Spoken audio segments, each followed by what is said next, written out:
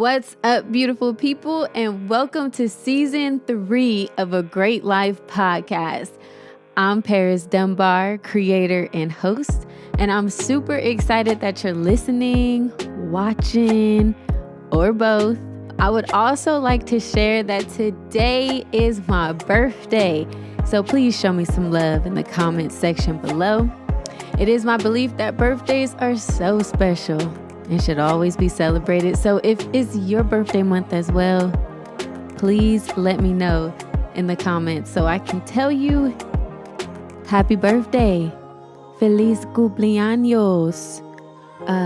Zuni Shangre Kuala. That's Mandarin. Yep, I did that. Well, also, while I have your attention, please hit the subscribe button or bell option so you don't miss out on any episodes this season. Now, today's topic is called contentment. Contentment. I know, but ride with me. We're going somewhere good. Now, the reason I'm bringing this up is because for whatever reason, when I used to hear the word contentment, I thought it meant to settle. I don't know if I'm the only one who ever thought that, but every time I would hear the word contentment, I thought it meant to settle. But I recently learned that that actually isn't the case. Now, because this podcast is all about the storytelling experience, I would love for you to go ahead and throw on your headphones, cut your speakers up, give yourself permission to relax, take a deep breath, and let's get into it.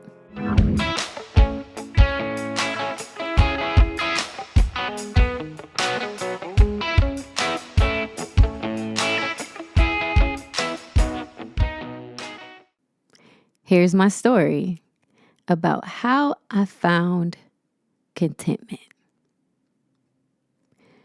During my 2023 holiday break, I decided to grant myself the gift of letting go.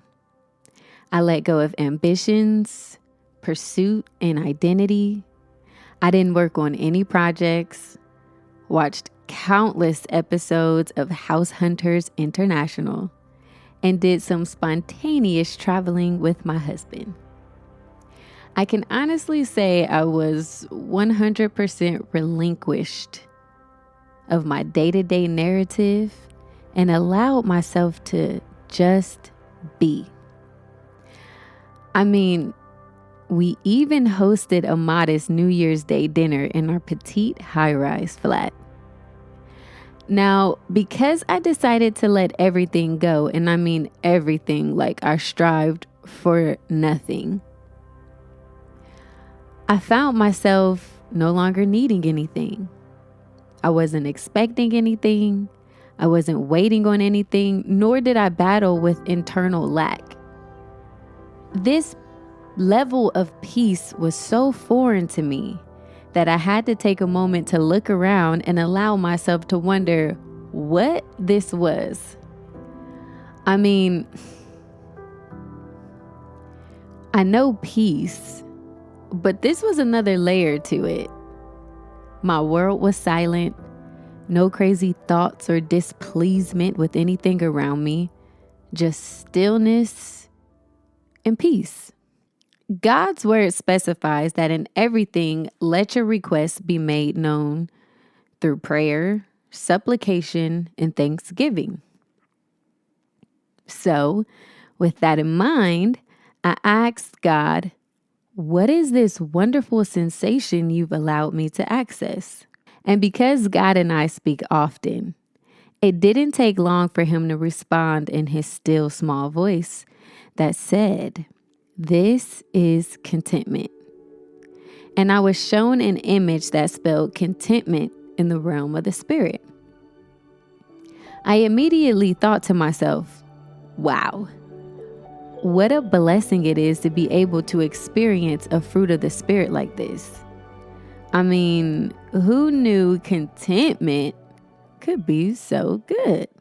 In awe of the beauty, I decided to explore the definition of contentment to make sure I could completely grasp the beauty of the word. Contentment, a state of happiness and satisfaction.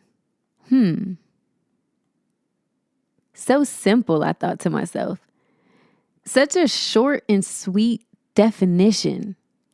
Happiness and satisfaction. But naturally, I had to break it down a little more. So to further my pondering session, I thought, well, a state is a location of facets.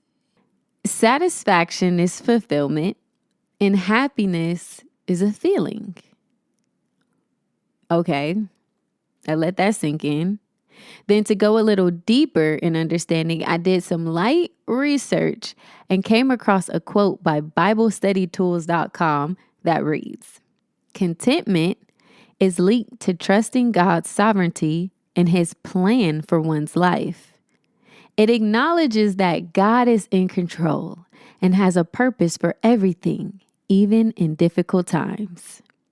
So you see, because I made the choice to stop trying to control my outcomes with endless pursuits and the facade of continuous accomplishments, God was able to reveal the location of contentment to me. And the crazy thing is, it has been right next to me all of my life, which means it's right next to you as well. If you are lacking contentment, then it's time to let go. Life is full of choices, and choices lead to their own designated locations. And in those locations, we are met with the realities of what that place brings. In other words, you are always exactly where you're meant to be because of your choices. And if there are other places you would rather be, make different choices. But through it all, be content. Being content requires the action of letting go and letting God. That doesn't mean becoming complacent or negligent in your doings. It just simply means to no longer pressure yourself based on outcomes that are out of your control. Simply do what you know to do on a consistent basis and allow the tides to turn as they will. Relinquish your outcomes and embellish in your ability to dream and visualize joyfully. Because the truth is, everything is working in your favor. You just have to believe it. Be content in all circumstances, and blessings will run over. I want to leave you with one of my favorite scriptures, which is Proverbs 3:5-7. And it reads, "Trust in the Lord with all thine heart, and lean not unto thy own understanding. In all thy ways acknowledge him, and he shall direct thy paths." Because you deserve to live a great life. Thank you so much for tuning into A Great Life podcast. Make sure you head over to madebypear.com and join my free newsletter called Word Up Wednesday, where I help keep you inspired with a midweek dose of inspo.